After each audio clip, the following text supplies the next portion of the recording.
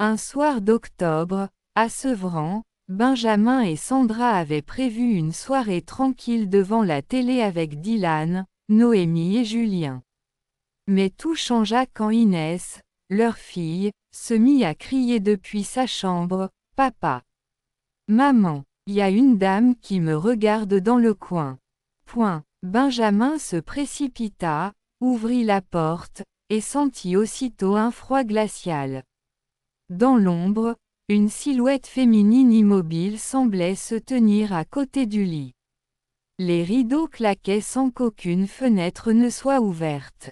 Sandra, le cœur battant, prit Inès dans ses bras et cria aux autres, « Y a un truc bizarre, venez vite. » Dylan monta en courant, suivi de Noémie. La forme noire disparut d'un coup, mais l'atmosphère restait lourde.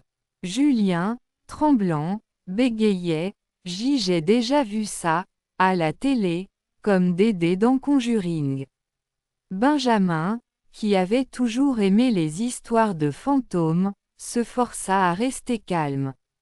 Il déclara, « Écoutez, si c'est un esprit, il faut comprendre pourquoi il est là. » Mais Sandra, pâle, répondit, « Non Ben, c'est pas un jeu, ça nous veut du mal. » La nuit s'annonçait longue. À 3 heures du matin, l'heure du démon selon les films, la télévision s'alluma toute seule.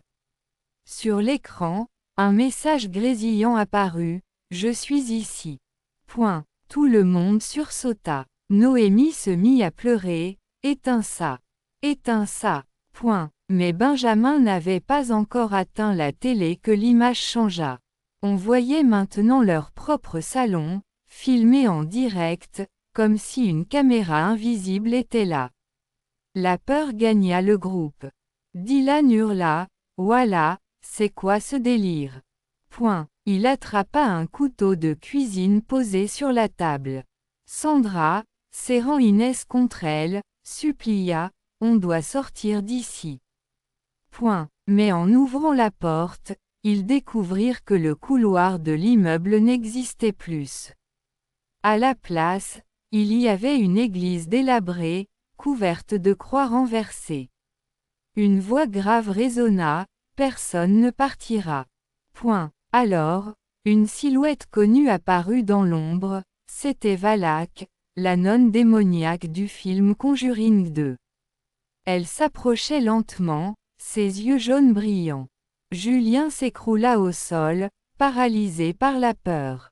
Benjamin le releva, et dit d'une voix tremblante mais ferme, « Tu touches pas ma famille, tu touches pas mes amis. » Tout le groupe se réfugia dans la chambre, barricadant la porte avec une armoire.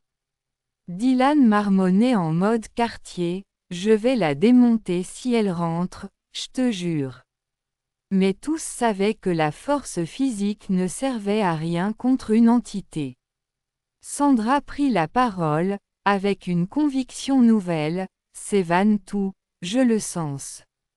Il essaie de nous prévenir depuis l'autre côté. » À cet instant, un souffle chaud caressa leur visage. Sur le miroir de la chambre, des lettres se tracèrent toutes seules, « Protégez-vous. » Un calme étrange suivit.